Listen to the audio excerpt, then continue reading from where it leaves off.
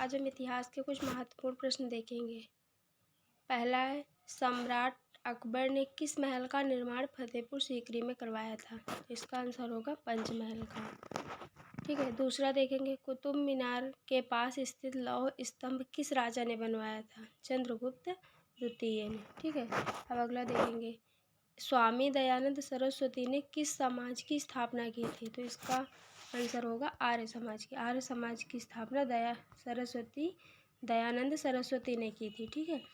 अगला देखेंगे, किस मुगल बादशाह ने इबादत खाना बनवाया था? अकबर ने। ठीक है।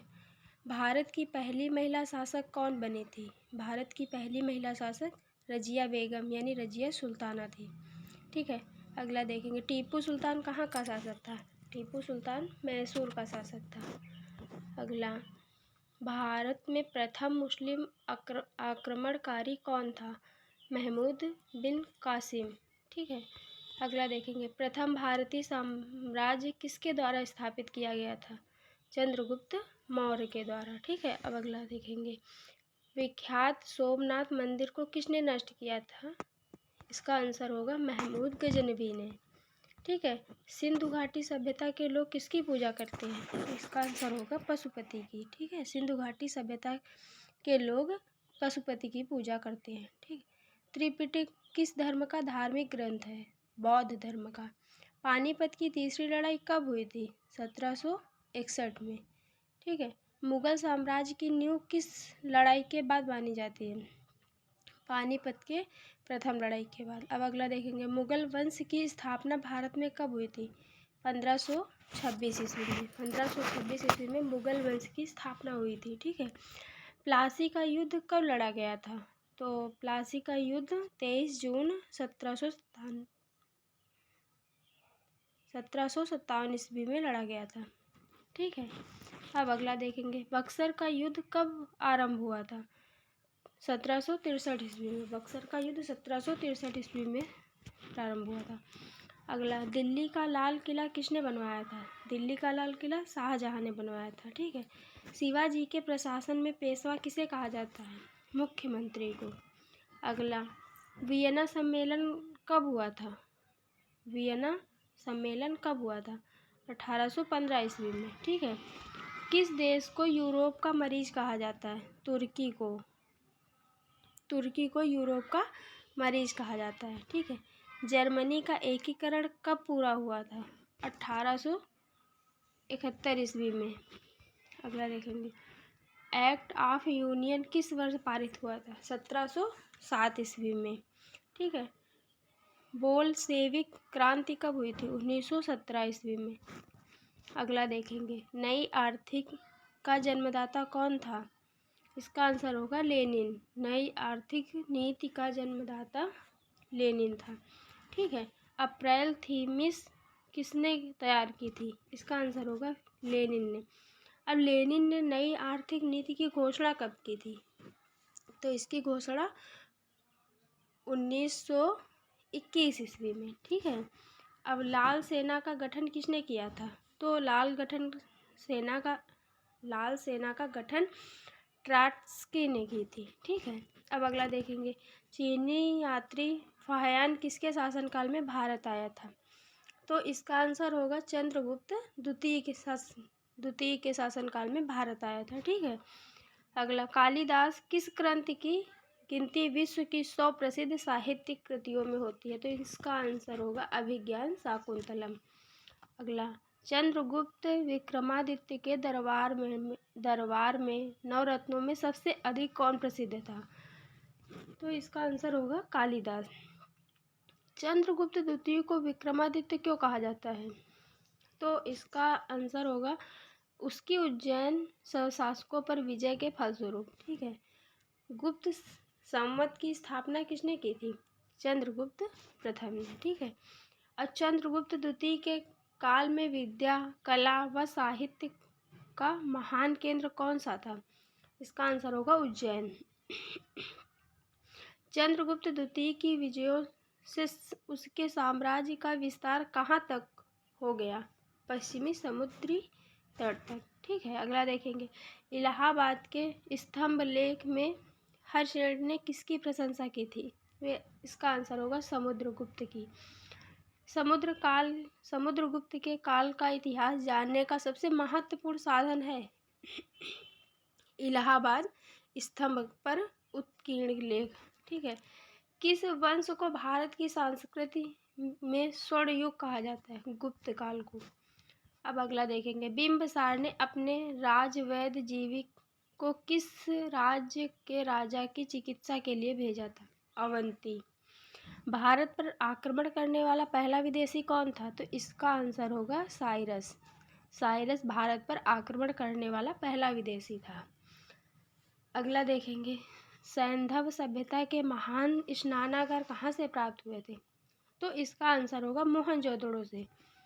ठीक है। शाक्य राजवंश के किस राजकुमार ने एक महान धर्म की स्थापना की थी? तो इसका आंसर होगा सिद्धार्थ।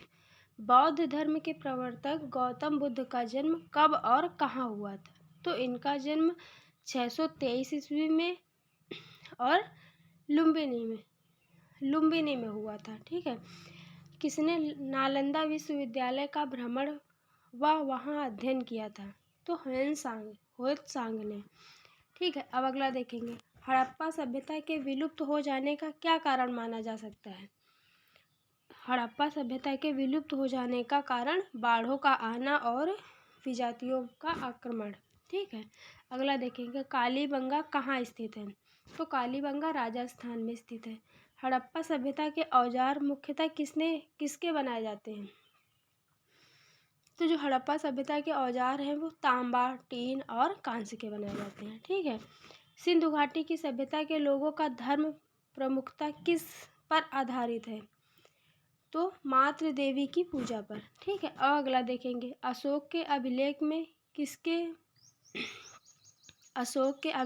उसके किस एकमात्र पुत्र की चर्चा की गई थी? तो उसके एकमात्र पुत्र था तीवर। ठीक है। अब अगला देखेंगे, जैन ग्रंथों की रचना किस लिपि में हुई थी? तो प्राकृत लिपि। वैदिक काल के लोगों ने धातुओं का प्रयोग किया, उनमें कौन सा पहला धातु था? तो तांबा। ठीक है। अगला, सूर्य देवता सावित्री को संबोधित प्रसिद्ध गायत्री मंत्र किसमें उल्लेखित है? तो ऋग्वेद संहिता में। वैदिक कालीन नदी पारशुरी किसके तट पर 10 राजाओं का युद्ध हुआ था? उसका आधुनिक नाम क्या है? तो उसका नाम है रावी। मोहनजोदड़ो से प्राप्त सामग्री तथा धातु खंडों से पता चलता है कि यहाँ के निवासियों को अनेक प्रकार की धातुओं का ज्ञान था, किंतु किस चीज़ का ज्ञान नहीं था? तो वहाँ के निवासियों को लोहे का ज्ञान नहीं था। ठीक है। अब अगला प्रश्न देखेंगे, मोहनजोदड़ो से प्राप्त मूर्तियों के आधार पर कहा जा सकता है कि सिंधु की सभ्यता से संबंध लोग सैय थे। ठीक है। मोहनजोदड़ो ने खनन कार्य से पता चला कि वहाँ एक के नीचे अनेक नगर चक्र थे। इन नगरों की संख्या कितनी थी? तो 3 थी। ठीक है। अगला प्रश्न देखेंगे, हड़प्पा एक प्राचीन नगर का ध्वंसावशेष है, यह स्थान कहाँ पर स्थित है? तो पाकिस्तान के मोंटगोमरी जिले में। ठीक है। अगला, सिंधु घाटी सभ्यता का विस्तार कहाँ तक है? तो पंजाब, सिंध, काठियावाड़, उत्तरी पश्चिमी सीमा प्रांत तथा गंगा यमुना के 2 आब तक था। मोहनजोदड़ो नामक टीले के नीचे कोई प्राचीन नगर बसा हुआ था। इसका पता श्री मार्शल और श्री राखलदास बनर्जी ने कब लगाया था? तो इसका पता 1920 ईस्वी में लगाया गया था। अब अगला देखेंगे, मोहनजोदड़ो के पुरातात्विक खनन कार्य कब किया गया? सन 1922 ईस्वी में किया गया था। ठीक है। अगला, मोहनजोदड़ो किस भाषा का शब्द था? सिंधी। तो मोहनजोदड़ो का शाब्दिक अर्थ क्या था? मुर्दों का टीला। ठीक है। मोहनजोदड़ो की सभ्यता किस ईसा से मानी जाती है? करीब 3000 ईसा पूर्व। ठीक है। बुद्ध को ज्ञान की प्राप्ति कहाँ हुई थी? बोध गया में। सारनाथ में अपना प्रथम प्रवचन किसने दिया था? महात्मा बुद्ध ने। अजंता की गुफाओं में चित्र किस काल के हैं? गुप्त वंश के। गुप्तकालीन आर्थिक दशा की प्रमुख विशेषता क्या थी? उद्योग धंधों व कृषि को प्रोत्साहित।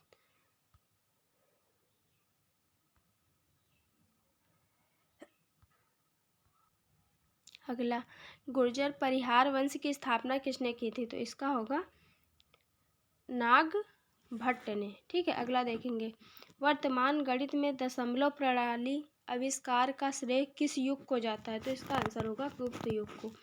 गुप्तकालीन बौद्ध शिक्षा का महान केंद्र कौन सा था? नालंदा। ठीक है, अब अगला देखेंगे, प्राचीन भारतीय कला एवं स्थापत्य के चारमोत्कर्ष का युग था गुप्त युग। ठीक है, दो महाकाव्य रामायण और महाभारत का संहिताकरण गुप्त काल के दौरान संभवतः किस शताब्दी में हुआ था? तो ये 4वीं शताब्दी में।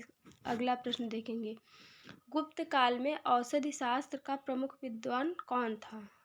वाग्भट। ठीक है, अगला प्रश्न, खगोल शास्त्र में गुप्त काल में सबसे प्रसिद्ध नाम कौन सा था? तो आर्यभट्ट। ठीक है, कौन सा राजवंश हूणों के आक्रमण से अत्यंत विचलित हुआ था? तो इसका आंसर होगा गुप्त वंश। अगला देखेंगे, गुप्तकालीन स्वर्ण मुद्रा को क्या कहा जाता था? तो दीनार। ठीक है, अगला, किस काल में स्त्रियों की संख्या पुरुषों के बराबर थी? तो गुप्त काल। ठीक है,